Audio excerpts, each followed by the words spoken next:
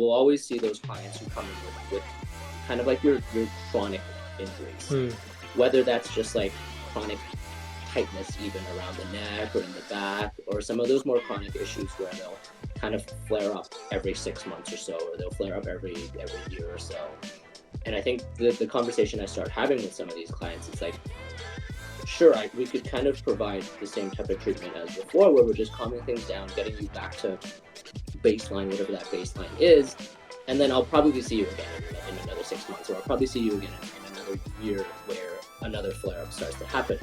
Or we can tackle the root cause and start to build a bit more, say like movement capacity, build a bit more strength capacities through these areas. And we talk about buy-in a lot, I guess, in both of our industries, and I feel like that's, if we can explain it well, that is a great way to create some of that buy-in. Because I feel like for us as coaches or clinicians, it makes sense why we want to do something or why we're selecting a certain exercise. But I feel like oftentimes, unless we are explaining it well, for some of our athletes or for some of our clients, it doesn't make sense at all. Or sometimes they don't care, right? But I feel like having these numbers, having all of this objective data in front of them really helps build the why. And I feel like that often helps with the execution of set exercises. 100%. A lot of what I've spoke about with coaches and on the podcast as well is like, you can write the best program in the world. Technically, it could be the best program in the world. But if your athlete or client don't like you or the program, that program is going to waste.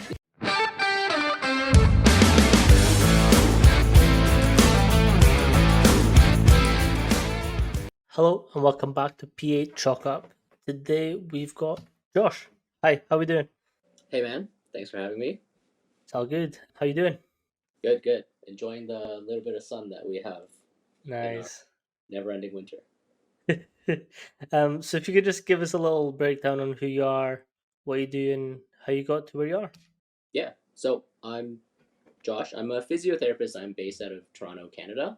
And I pretty much work through your standard physiotherapy training. Started with my undergrad, 4-year undergrad, just in kinesiology. And then after that, I transitioned immediately into my master's of physiotherapy, which is what we need here in Canada. From there, I started just working in outpatient orthopedics, and it's slowly transitioned more and more towards kind of like the movement and performance space. I have a bit of a niche with combat sports and jiu-jitsu athletes, especially right now. Yeah, we were previously talking about the kicks that I saw in your story. How have you sort of transitioned from like the general population to more of a combat sport niche? Yeah, so I personally did martial arts growing up. It started with like classics, typical, started with karate. I do mainly jiu-jitsu now, and it's always been, I guess, an area of interest for myself. So it's always been a spot or a space in the movement realm that I've wanted to work with. It was hard bridging into that initially. Not having enough experience or not having the tools to be able to work with a lot of those athletes coming straight out of school. And I think B, not having any exposure in those communities, right? I think that's luckily one thing that social media has kind of helped with. It almost acts as a bit of a portfolio, I guess. People kind of see what you're doing. It kind of hopefully looks a little bit interesting, and they see that that's something that they potentially want for themselves. So that's where it's kind of bridged more into the combat realm. Nice. It's interesting that you mentioned the social media, because that's how we sort of found each other. Was you posted on TikTok and I shot my shot. Yeah, the crazy world of TikTok. Yeah, and that's something that I kind of want to get into, is like, how have you found your business growing through sort of these social media platforms as well? Yeah, I honestly, when I started, I had no idea that would actually turn into anything. I think perhaps like other people can relate, but I think the biggest proof of concept and one of the best feelings was when early on someone reached out just through Instagram, and they were like, hey, I kind of like what you're doing, how can I work with you? And it was a feeling of like, wow, all of this time that I put in just like talking into the void and kind of writing all these endless captions fighting with this sort of imposter syndrome has kind of actually helped in some way in terms of marketing. Yeah. Uh, and I think the most helpful thing that I've noticed from it right now is because I don't practice like a traditional physiotherapist, it almost helps weed out some of the clientele that might not already be interested in what I'm doing, right? Like Mm. if someone wants the traditional approach of like your ultrasound, a bit of like electrotherapy, a hot pack, and a quick little rub, I think they already know that they're not gonna get that from me. So neither of us have to waste our time Mm. in kind of navigating that conversation where they realize that I'm not going to be able to provide what they want, and I don't have to try and pretend I'm going to be able to give them what they want, Yeah, right? that's actually a good point that you bring up. Is you're not what traditional physiotherapists are, where they get you to do this basic program over and over again until you eventually get yourself weeded out. You're actually incorporating a little bit of physiotherapy and movement based analysis and strength and conditioning is getting added in there as well. Is that a fair assessment? I would say so, and I also want to say that like that's not necessarily saying that like my way is the right way. It's just what I am interested in, what I like doing, what I feel like I'm able to provide best. But yeah, I think a good way to describe it is trying to blend some of those more traditional strength and conditioning concepts with some of our more traditional rehab concepts as well. Yeah. What was the sort of moment that you kind of like figured out that that's what you want to do? So you just started going ham on the movement based and the fluidity of what movements can be achieved. Mm. I think when I first came out of school, I thought I was going to be a manual therapist. So I thought I was going to go down the route that I had just talked about myself not being good at and not wanting to do. And early on, I think I started to realize fairly quickly that that approach wasn't really leading to favorable results, at least Mm. with what I was doing. And I had a bit of time where I don't know, thought to myself, and I'd always been interested in strength and conditioning. I'd just never really been exposed to it much myself. So luckily, I guess, the pandemic acted as a bit of Mm. a time period where I could dive into some of those rabbit holes and experiment with some of these things on myself, which I think really helped me solidify some of those frameworks. And after that is almost when I went full in on taking more of a movement approach. Yeah. As So what kind of results have you seen from this new approach of yours? I think the biggest thing is like even with Gen Pop, we'll always see those clients who come in with kind of like your chronic Mm. injuries, whether that's just like chronic tightness even around the neck or in the back, or some of those more chronic issues where they'll kind of flare up every 6 months or so, or they'll flare up every year or so. And I think the conversation I start having with some of these clients is like, sure, we could kind of provide the same type of treatment as before, where we're just calming things down, getting you back to baseline, whatever that baseline is, and then I'll probably see you again in another 6 months. I'll probably see you again in another year where another flare up starts to happen. Or we can tackle the root cause and start to build a bit more, say, like movement capacity, build a bit more strength capacities through these areas so that potentially we have a bit more of a buffer for when whatever flare up or whatever force Mm. coming in that would have caused a flare up is going to happen.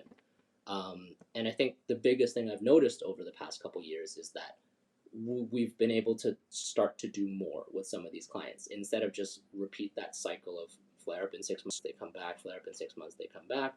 I think one of the more rewarding things is seeing some of these clients who come in almost with a defeatist attitude and kind of leave after a little bit feeling that, oh, I can squat again, I can jump again, I can play with my kids again, I can go back to whatever sport that I thought I had to give up because my doctor told Hmm. me, right?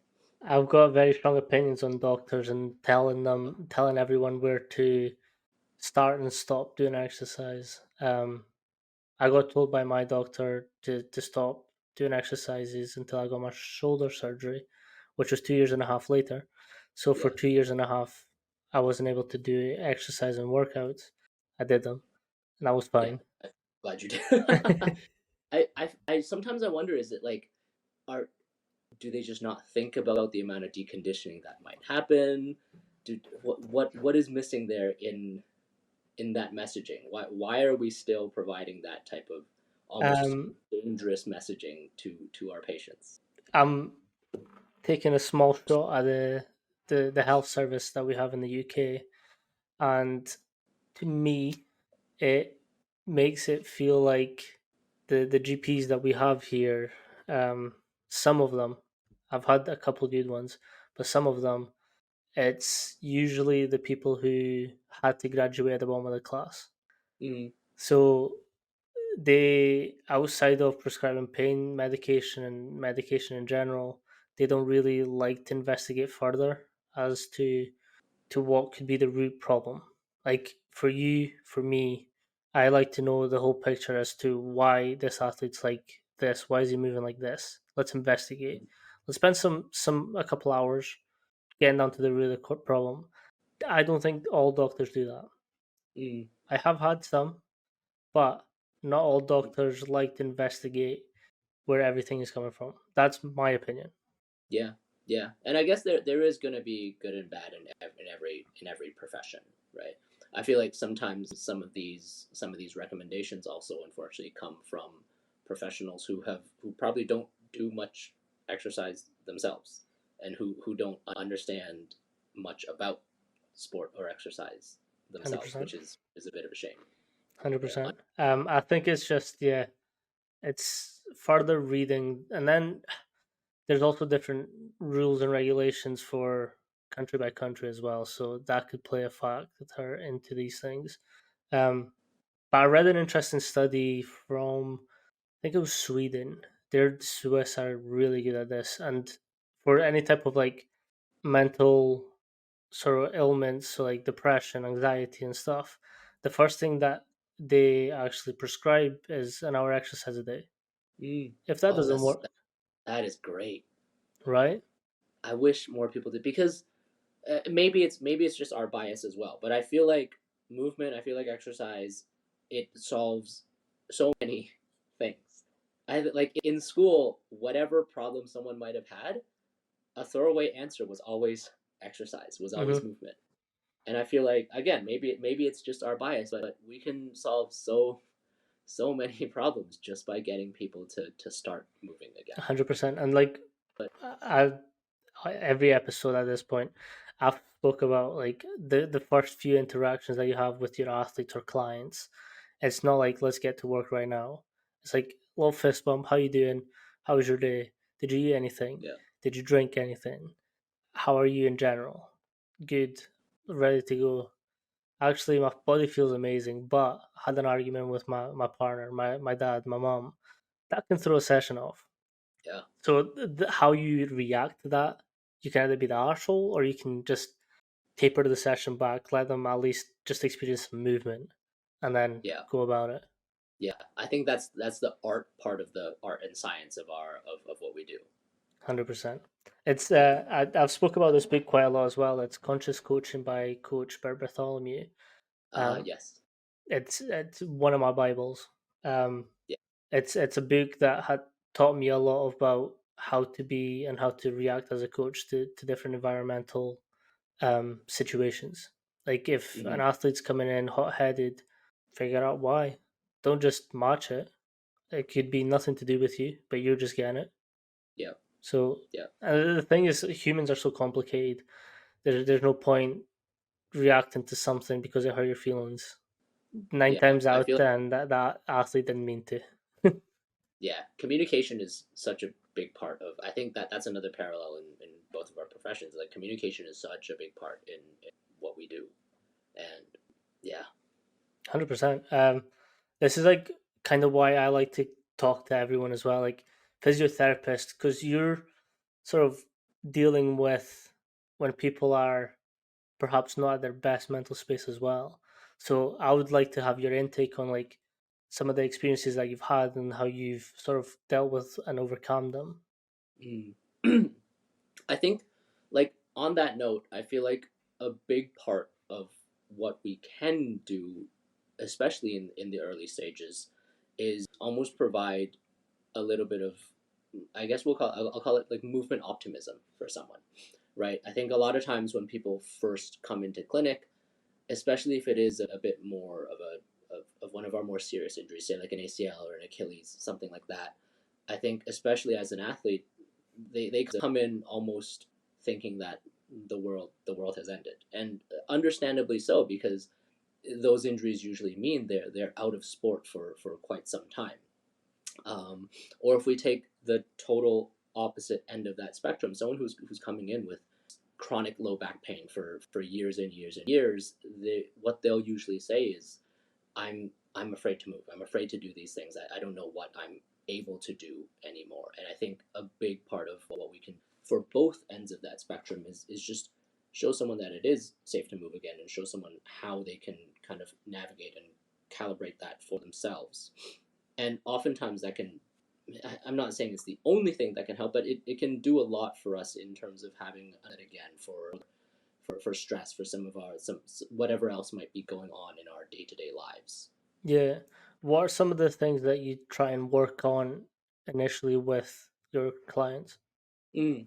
I think it depends on the case that we're dealing with, but I think what is going to be fundamental in every case that I'm working on is finding some type of safe movement, or finding some way for that person to explore that safe movement for themselves, right?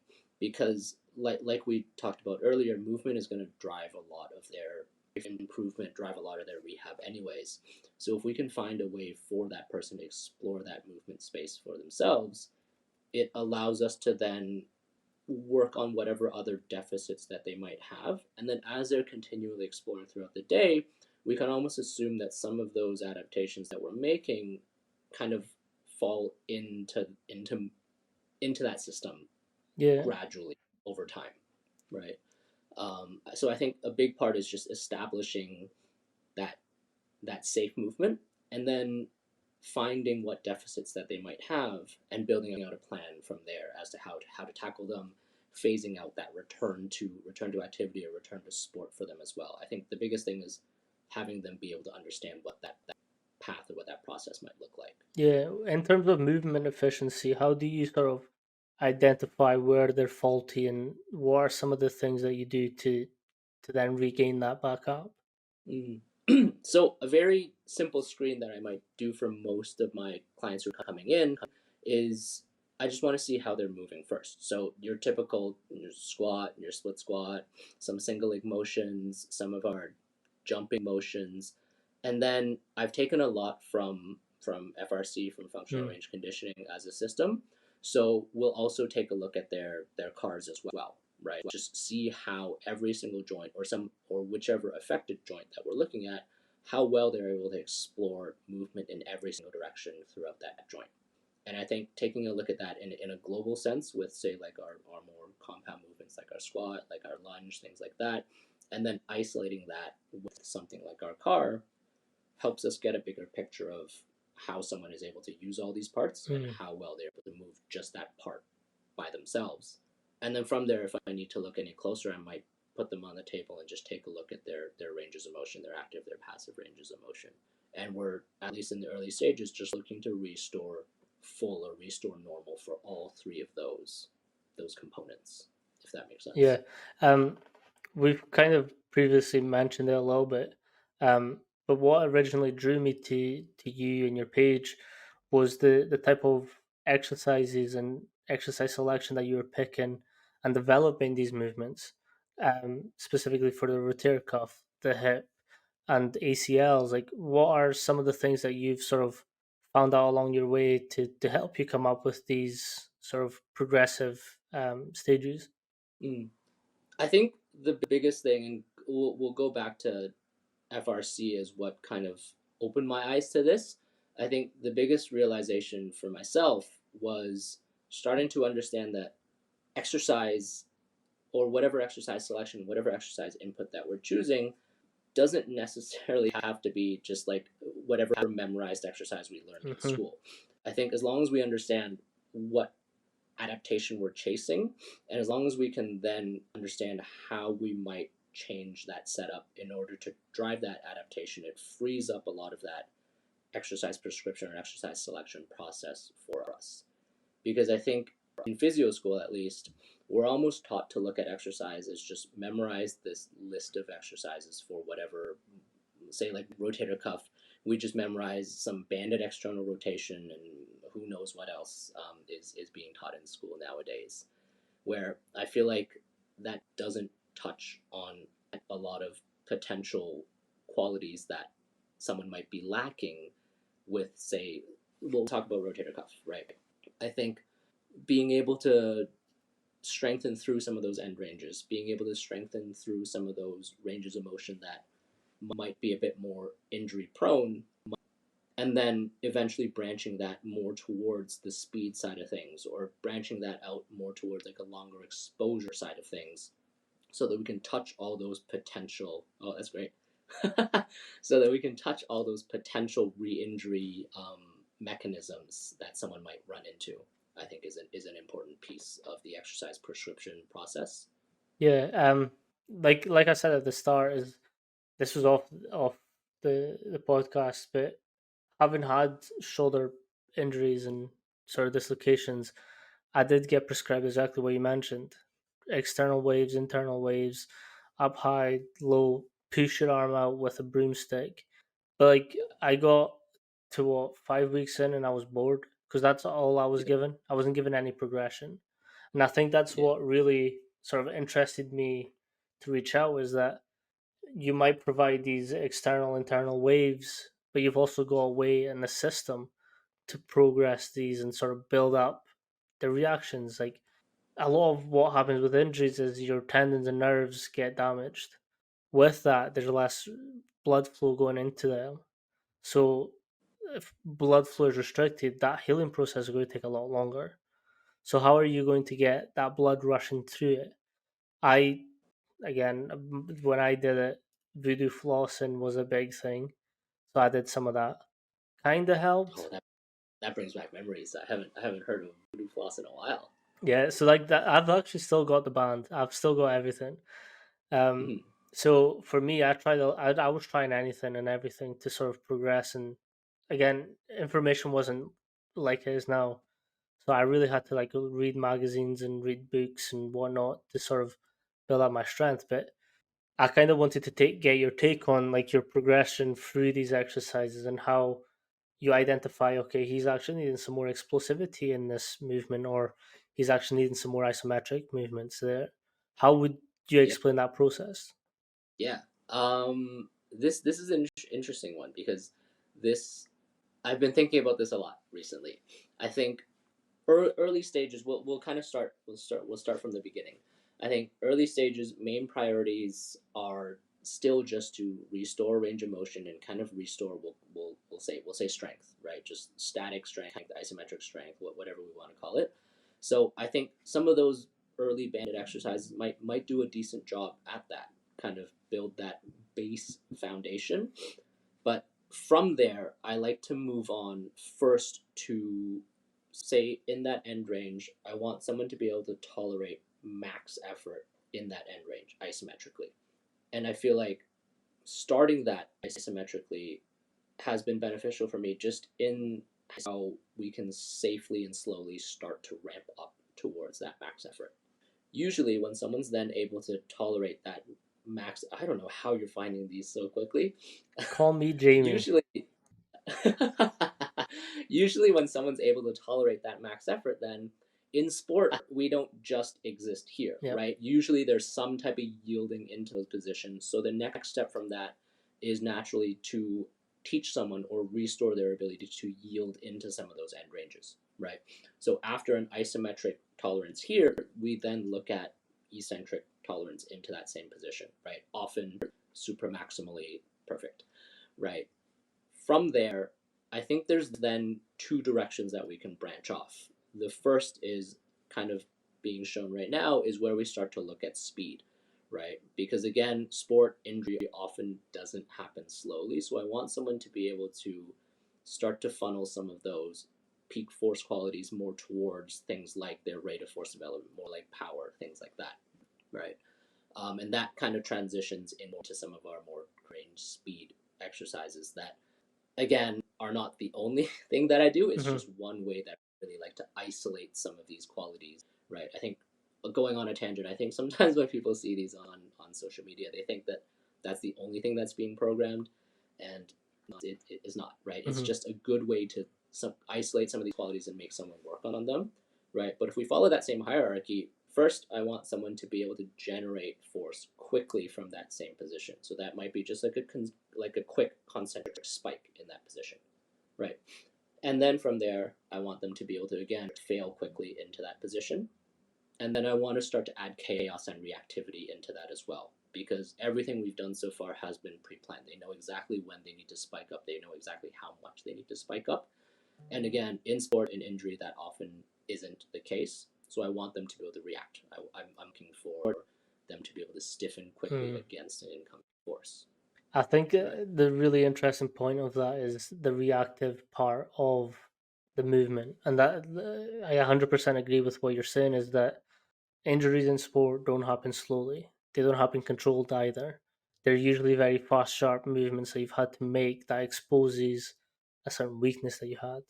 Like for me, it was an overextended tackle. Someone ran into my shoulder and just popped it out. So Yeah. I should have been a little bit smarter with it, but I can control that and that variable right there and then. So with my research that I've done, and what you're touching on is that going from isometric, coming out of isometric into your eccentric, concentric phases, and then a sort of ballistic type movement to get that reactive force back again, so that if you're exposed to that movement again, you're a little bit stronger, you're a little bit more protected around that injury zone. Yeah. And I think also it plays a very large psychological role as well, right? Because if we can then expose an athlete, or if we can expose a client to some of those forces and some of those demands in a space as controlled as the clinic floor, as the gym floor, at the very least, we've then almost proven to ourselves that we can handle what was something that caused injury prior, right? And then as we slowly ramp that up to kind of more game speed, or as we start to ramp that up more to kind of more realistic force exposures, then we can assume that we've built the strength qualities that we need to be able to tolerate those forces. Again, injury is very multifactorial. We can't say for sure that we've done all this with preventing injury, but at the very least, we've done everything we can in that kind of physiological sense to prepare for those forces coming in. It's about mitigating as opposed to like stopping it. Like again, injuries, you're never going to stop injuries, but you can prevent either how long someone's going to take to get back, or and that's actually something I want to get your take on, is preparing for injury, if that makes sense. Is like Yeah.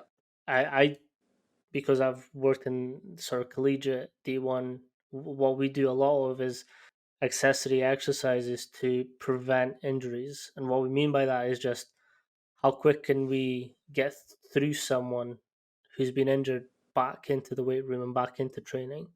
Yeah. Yeah. I think like even outside of the context of injury rehab, I think with a lot of my jiu-jitsu athletes in particular, say we're past that rehab phase, I think something that I'll always continue to mix into their programming is some type of like worst case loading, right? So placing them in some of those positions that are common injury mechanisms for our sport. Say like end range here, say like end range extension in some way, end range tibial rotation in some way. And I think at the very least, if we've exposed an athlete to some of those forces, yeah, sure, maybe we're more prepared for that as it comes in. But like you said, it, in my opinion, plays a bigger role in lessening the amount of time off that they might need to take, right? Maybe we're able to blunt the amount of force that's coming in, and maybe the injury isn't as catastrophic once it happens. But I think most importantly, those qualities are already there if we've been training them, so the rehab often happens a lot quicker. Right? If we don't need to spend all that time building from scratch, if we already have some of these peak force qualities there, if we already have some of those movement capacities there, then we don't need to waste that 4 to 6 weeks to build that. We can directly move up into some of those later stages of rehab. whenever we're ready, right? Or transition someone back into the weight room a lot sooner than it might have taken if we had to build from scratch. Yeah. How do you sort of deal with the re-injury psychology? How Sorry? do you deal with athletes coming in with that fear of re-injuring themselves after going through the whole rehab? Yeah, I think a lot of that is going to be through graded exposure. I feel like graded exposure is one of the underlying principles of rehab in general. But I think one thing that's been very helpful is finding a very isolated, very controlled way to almost like replicate those injury forces in clinic, and then also slowly being able to transition back into exposure to those stresses, either on the mats or in the weight room, Mm. right?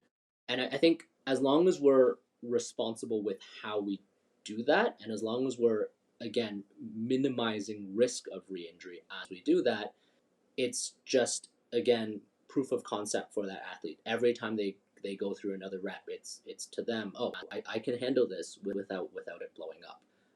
I forget who I saw this quote from, but I think I'm gonna butcher the quote. But with rehab, I think we're chasing the smallest of wins, right? Um, and we're trying to minimize the risk of a step back as much as we can, right? Because sometimes a step back, a re-injury can be quite detrimental, even just to our mental state, I guess, right? Whereas I feel like with performance or with strength and conditioning, some of that kind of flips, right? We're chasing bigger wins, but we're understanding that we are taking a bit of a risk in Mm. terms of injury as we're chasing some of these adaptations. And I think when we're gradually exposing someone to some of those forces, especially that would have injured them prior, I think it's even more important that we're very almost conservative with how we're doing it. I'm only, for the most part, exposing someone to some of these injury positions if I'm very, very certain that it's not going to piss anything off. Yeah. Because it doesn't help us much if we go into that and they're like, all of a sudden, oh shit, I tweaked something, right? It almost sets us back. Yeah, it's that risk to reward ratio. More. Exactly. No, that's yeah. I think that's a good way of thinking about it too, because obviously progressive overload is a big thing for mine and your industry. Is like, but how far can we get that pushed? Like how much are we able to really expose them to throughout this period of their rehab? Mm-hmm. Yeah, and I think it's a bit of a sliding scale because I think as we get deeper and deeper into rehab, naturally it starts to look more like strength and conditioning, anyways. But naturally, as we go deeper and deeper, perhaps we can start to take bigger risks as well, right? Because naturally we're starting to do more. We're starting to stress the system a little bit more as well. So I think that I don't know if risk is the right word, but there is a bit more risk of injury, Mm-hmm. risk of aggravation, I guess we'll call it, as we start to stress the system more. Yeah, 100%. And it's always that very fine balance that we have. It's like I've definitely had sessions where they were challenging, but I was like, that could have been potentials for an injury. So I should Yeah, maybe take a look at what I'm doing first, and then check myself, so not yeah, to look to to damage my athletes even more. But yeah, I think it does come from that experience of how much stimuli am I able to give them? Can I give them safely? Can I give them a little bit more of a risk? Are they ready?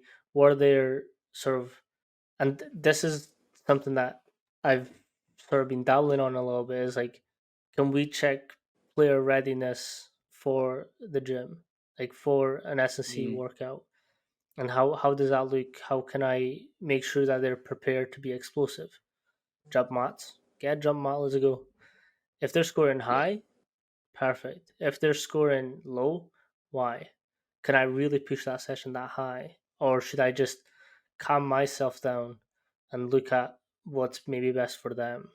Yeah, I think having some of these metrics to look at is always going to be helpful. And I think at the end of the day, there is still an art to it and kind of knowing how to read your Mm. athletes and also kind of like knowing how to understand every athlete's personality type as well. Because some you might need to push, some you probably shouldn't really push.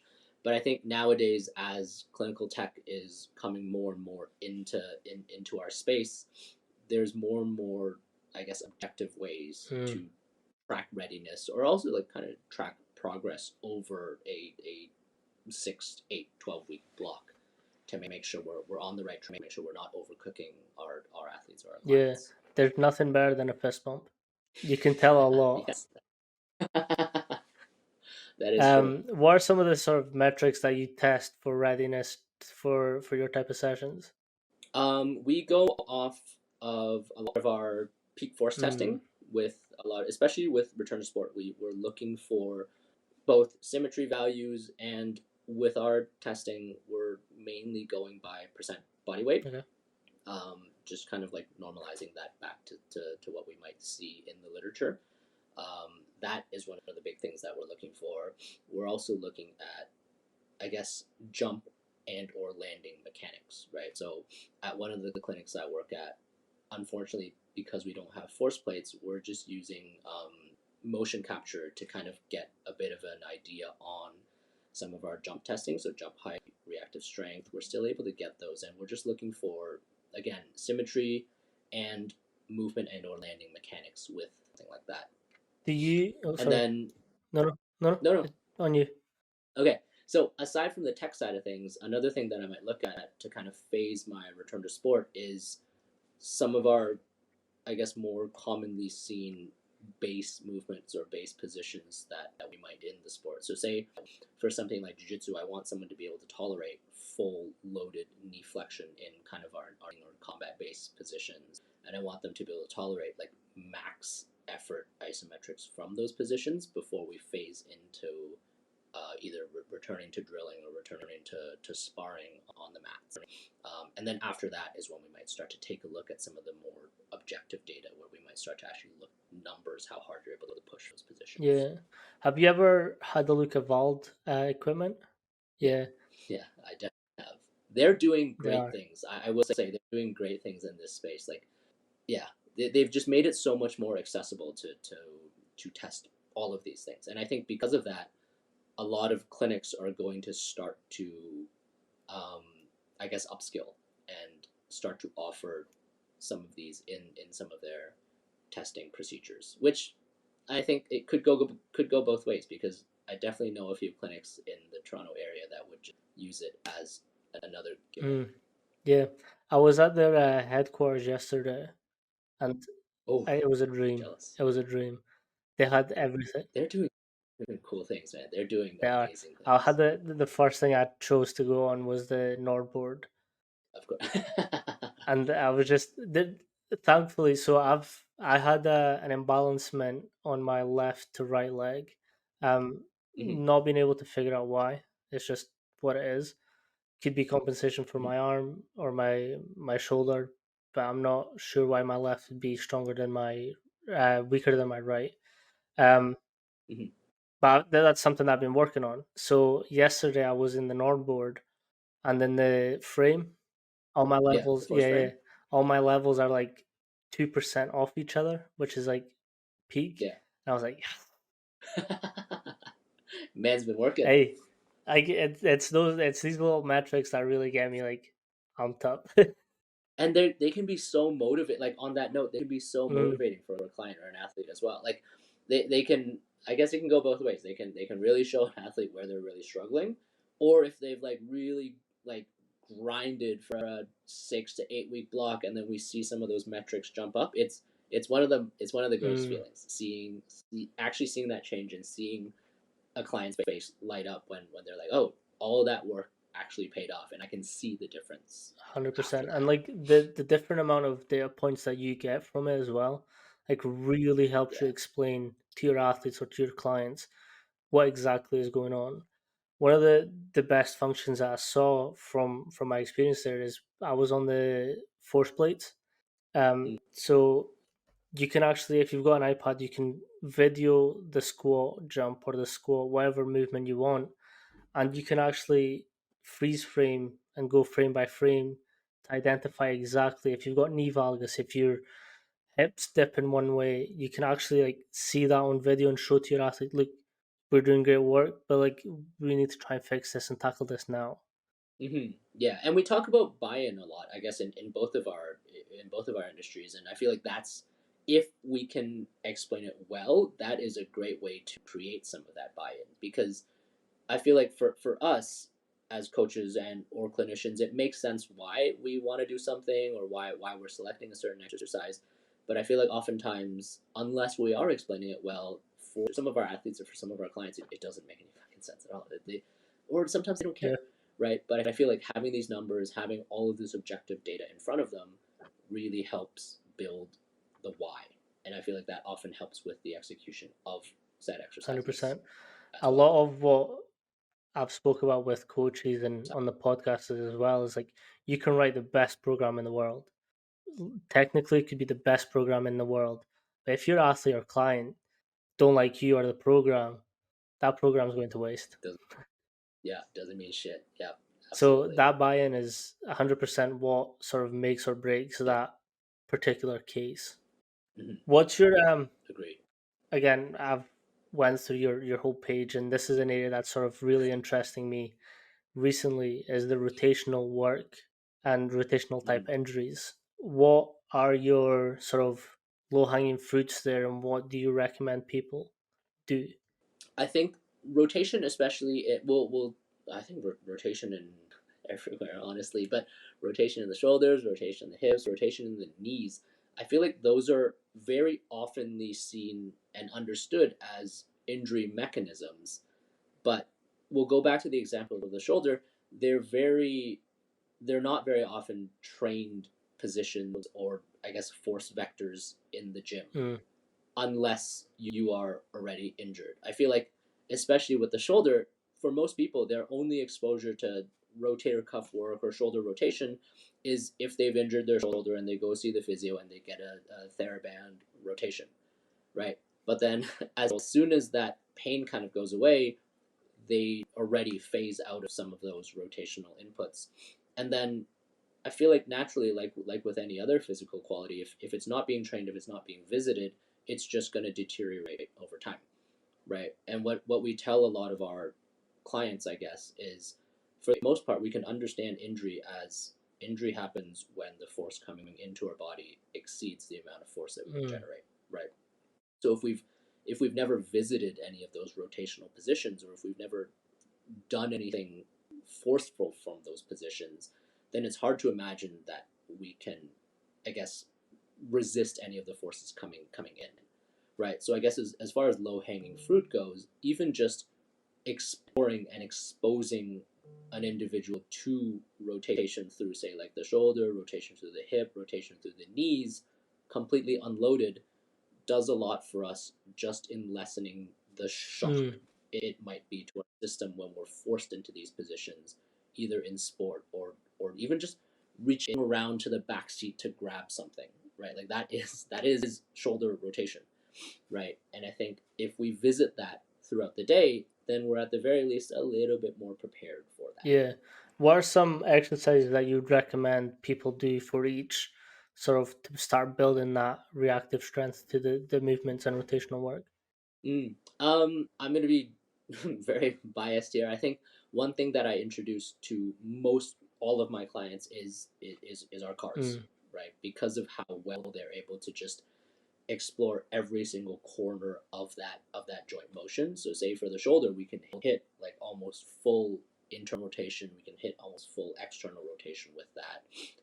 And then from there, at least we've explored it in a at least we've explored it against gravity or just with body weight. From there, we can naturally again start to load in some of those end ranges isometrically, and then just start to, even just in that position, just start to spike up speed if needed.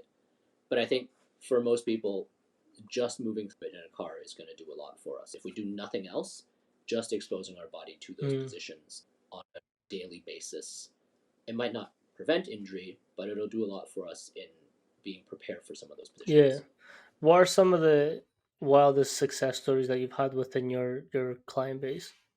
Ooh, that's a I think a very rewarding one for me was one of my, I guess, training partners, who also happens to be one of the owners of the jiu-jitsu gym that I train at. So she first came in kind of with, I guess, like a chronic quad strain.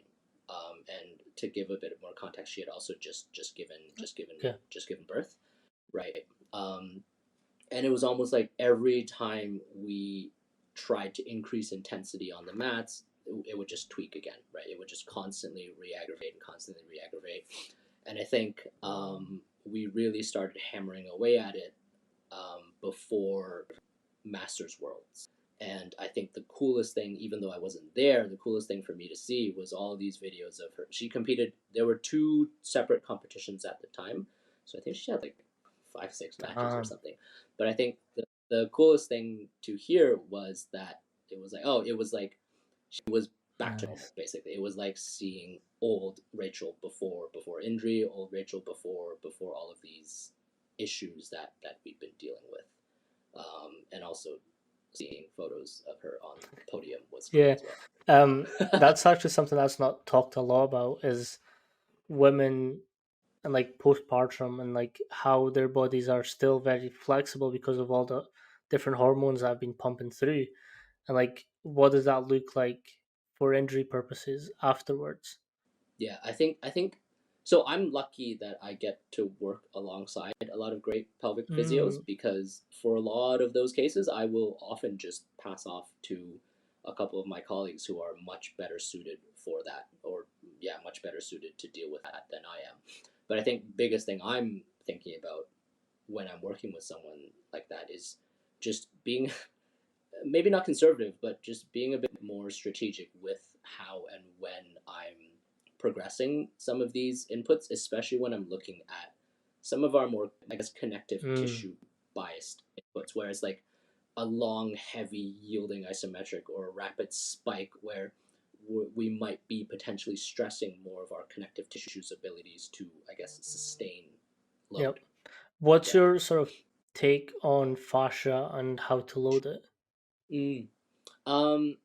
I would say what I'm looking at when I'm looking at, say, like fascia or connective tissue and how to load it is, I'm mainly, like we had just talked about, I'm mainly looking at its ability to, again, sustain loading, right? Because the way I'm visualizing it is muscle is naturally going to pull on that connective tissue, which is what's going to do for us, right? So we can train a lot of joint motion in and of itself. We can train a lot of muscle contraction, but, and I feel like I've started to see this a lot more in clinic as well, where we see a lot of bodybuilding style athletes who do a lot of that like hypertrophy based motion, but don't really train much of those like isometric qualities, or don't really train our ability to just like sustain loading through some of those regions.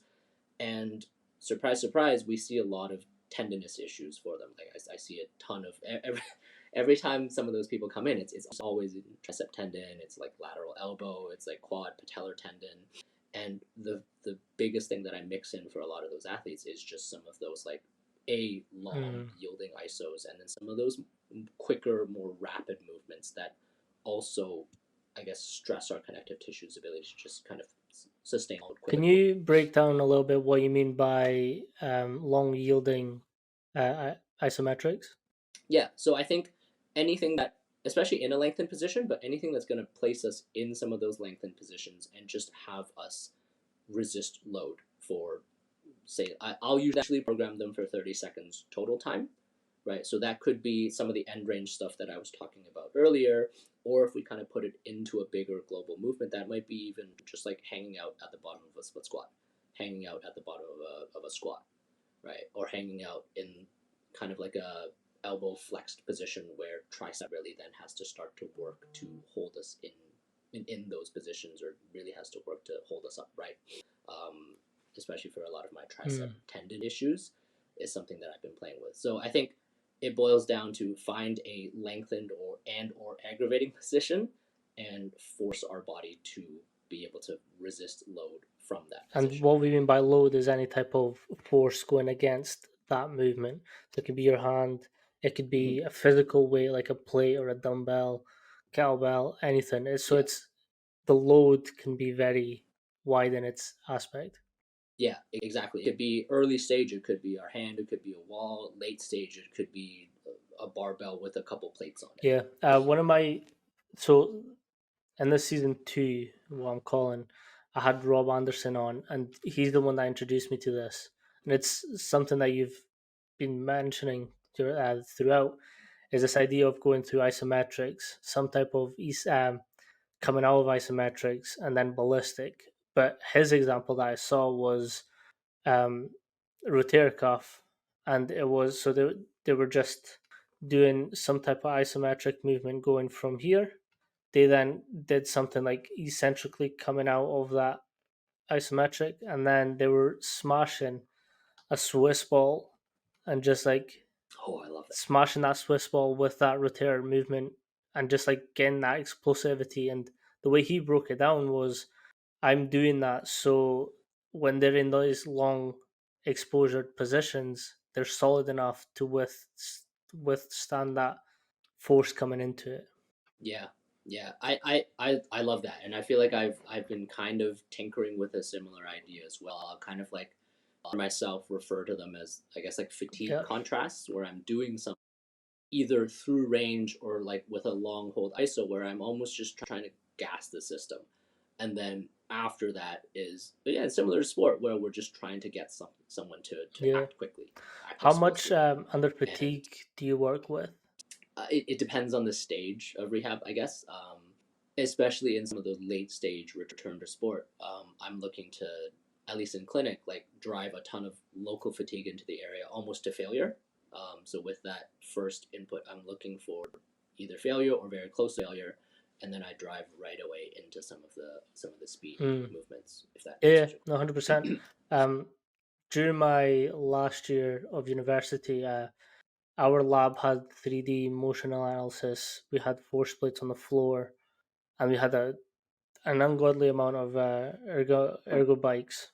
And what we decided to do as a fun thing was fatigue protocol on the bike, and then test lateral hops and lateral jumps. So we had Oh a man, so we were in a box. There was a step ladder. Had to step over the ladder and then either hop to your left side or your right side. And then fatigue protocol would be I think I ended up doing 30 seconds on, 15 off for 3 or 4 different rounds, and then go back onto the hop side, see how the knee valgus was going and every other aspect and how much force I was actually putting through the plate. Um, yeah, Interesting results. yeah, that must have been really cool to It see. wasn't cool to experience. But then turn that around, say for like a say, put imagine you were a rehabbing athlete. Imagine you were like ACL returning to sport, right? Like just feel how you. I'm hoping did not Oh no. rupture your ACL while you're doing that, but just imagine how almost empowering that would have been. Like completely trashed, going into some of my jump tasks. Is some of those jump tasks that prior to all of this would have caused an injury, and then walking out of that Yep, alive and well. I 100%. guess it does a We lot uh, for we also us. had what I like to call the big red machine, which is an isokinetic machine, and Yeah. you could check obviously um, extension and curl and how your quad to hamstring ratios were. Um, some very off-putting results from some of the other class members, but the best ones were like 4 or 0.4, whatever it was, and that ratio is the ideal for sort of being able to take these loads as well. hmm How much did you guys retest that after the Yeah, fatigue protocol as I well, did. Yeah. or yeah? How much of a drop off And did you peak notice? force, there was quite a bit. Obviously, you're Mm, fatigued, so you're not going to output the same numbers. But in terms of ratios, if you had a good ratio to start off with, it maybe drops by 0.2. So from that four okay, to yeah, because I six, was wondering if the ratio was going to be yeah. maintained. So it obviously it drops because you're fatigued, but it's not Hmm. a very big drop. Like if you've done the Hmm. work properly and you've balanced it out properly, it's about 0.2% ratio difference, Nice. Hmm. which is still within that normal healthy range. Yeah, and that's a good. I guess that's a good thing to keep in mind, and potentially something to screen for as Yeah. well, like how much that drop off after hmm fatigue. That's also what I found interesting with the Nordic board was after a couple sets, how much droppage did that sort of take on from there? Um, Again, I'm very biased. I take a posterior chain approach to everything. The stronger your post chain Hmm. is, the healthier you can be as an athlete. Um, so I Hmm. always favor posterior chain work to anything else. Um, so testing Nordics and testing quad to hamstring ratios, my element. That's where Yeah, you shine. like but the thing is, like so I don't know what it's like in Canada or the US, but like our degree setup is a sport is essentially a sports science approach. So from first year we've got physiology, biomechanics, um, psychology, S&C, sociology, all those like different elements, and essentially you've got that until your third year. Your third year you can sort of specify the area you want to go on. But even if you Mm. choose like an S&C program, you're still getting biomechanics, you're still getting physiology, psychology, I refuse to do sociology, um, but that's a separate issue. um, Sociology is an interesting one. We I never had to take that for my mm, undergrad, at least for kinesiology. I never been exposed to that yeah, at all. it's there's no right or wrong answer for anything, which is what frustrated me. Mm. Um, just tell me yes or Yeah. no. I'm golden. Um, but yeah, it's you get exposed to a lot from your whole progress. So to me, I was sort of I know this industry isn't just strength and conditioning. Like if you do strength and conditioning, biomechanics are coming into play, physiology is coming into play, psychology is coming into play. Everything is happening. So it'd be ignorant for me to Yeah. say, nah, strength and conditioning is there's nothing you can tell me that will change that. Yeah, yeah, and I think that's something I've come to realize over the past couple of years as well, is like how important some of these other disciplines are in what we do, or where we can draw Mm, parallels from these other disciplines. Like back when I was early in physio school, where I was only caring about I guess injury mechanisms and only thought about manual therapy, I never thought I would really think about biomechanics the way I do right now, or I never thought I would be. Honestly, I never really thought I'd be prescribing exercise at all back when I was in physio school. But yeah, I think there's a lot of parallels that we can draw from other disciplines, from 100%. other. And this is Yeah, why I love speaking to sort of all everyone involved is you learn nuances and you learn different things that can help you grow as a coach as well. Like mm-hmm. I I'm going to give you your flowers and I promise you I'm not blowing smoke up your ass, but like the rotational work that you've been doing on your shoulders and some of the stuff that you've been doing with your hips, to me, there's so much benefit in unlocking these movements for athletes. Why would I ignore that? Because like you're a physio, that doesn't mean jack. Like we all work together. Our collective goal is to make athletes better, whether that's coming into play or in play. Like we're all tailoring to that one thing. Like let's get this athlete from here to there. So helping each other and communicating, I Exactly. think, is the best thing for it. Yeah, and I think like being able to understand from each other's point of view is helpful, and also honestly, from the physio side of things, I feel like for us understanding where we are out of our element and when it Mm, is a good time to pass off to another professional is helpful as well, because we can't do everything. I feel like as a profession, especially straight out of school, we're decent at the early stage. We're okay at getting someone out of pain. We're okay at getting them back to the weight room, I guess. But for the most part, that is where, for most physios, that's where it ends, and that's where realistically we should be passing off to someone who we can communicate some of these things to, and who can do a better job than us at getting that athlete then back to sport. 100%. One question, and you've kind of been touching on it. How much do you hate therabands?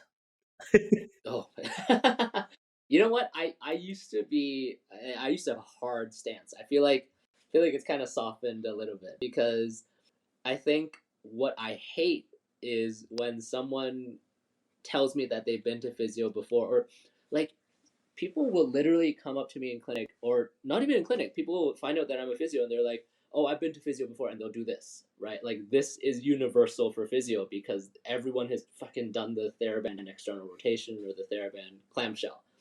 I think what I hate is that one-dimensional approach to exercise prescription, especially in a way that doesn't load anyone in any meaningful way past day one or past day two. 100%. I knew I was going to get you with that question. um, Because I feel like I feel like you've seen some of my stuff. Like I use maybe not yeah, TheraBands, but I use bands to kind of do things. Just it was more the not like symbolics this. of the TheraBand. I think it's the way that people prescribe them, but I knew that would be a Yeah. triggering way of asking it. Hey, you succeeded. That was It's all perfect. about the execution. um, what would be a piece of advice that you would give sort of clinicians or physios wanting to get into that space, and how would they sort of build a system that they're comfortable with developing their athletes, clients, or anyone that walks in through the door? Yeah, I would say, and I can say this from experience because prior to graduating physio school, I didn't really have much experience with exercise selection, exercise prescription at all. But I feel like, despite what some, I guess, physio influencers on social media might say, I don't think there's anything wrong with diving into Mm, rabbit holes, especially with certain, say, like systems that have like three-letter acronyms. I think understanding where some of these systems are coming from and kind of deep diving is where you're going to learn the rules, I guess, of some of these systems, where that system might then fit into your, I guess, typical population, and learning then when you can start to break those rules and building that into your own, I guess, framework, building that into your own system, I feel like is very beneficial. So I think I said that in a very convoluted way, but yeah, like deep dive into these rabbit holes, learn how to break the rules, and then from there pull from other systems, pull from whoever else you might be talking to, and mm, take what's useful, right, and kind of build your own. I feel like just following a any system is probably not going to work as well for you as it would for whoever created that system, because it's their system. They will naturally see the hmm. world slightly differently from you. They naturally work with a different population than you. So I think, yeah, learn how to break the rules and just learn when you That's should a good break way the of rules, I guess. explaining it. It's and I've done the same where I love triphasic sort of programming, but there's also really good things to come out of conjugate. There's really good things to come out of like German volume, Russian style lifting, that you kind of have to pick Mhm. out what's best for you from these systems and sort of what fits you and your style of coaching too. Yeah, and I think just seeing the base principles that are underlying in all of these methods, or where it might fit, where you can kind of pull from some of these methods to satisfy whatever need you need to 100%. satisfy, I I guess. could not agree more. Could not agree more. If you let everyone know where they can find you and sort of shout out anything that you have going on. Yeah. So I'm on Instagram and I guess TikTok, where you found me, on at curated mobility.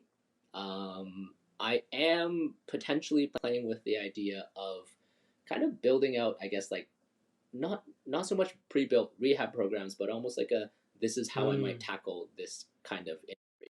So been playing around with that idea. That might eventually pop When up it does, someday. Who I'd knows? We'll love to see. have you back on if you want and talk through it. Oh, that'd be Yeah, great. Yeah, I'll let you know. keep me in the loop and we can do that because again, not blowing smoke up your arse, but I like what you're doing and how you're approaching things, and I think, like I mentioned off the podcast, this industry can only grow when we A, support each other, and then B, like really look out for who's going about it in a way that makes sense and so you can see achievable results from. 100%. I agree. Much, brother. Thank you for coming on. Peace.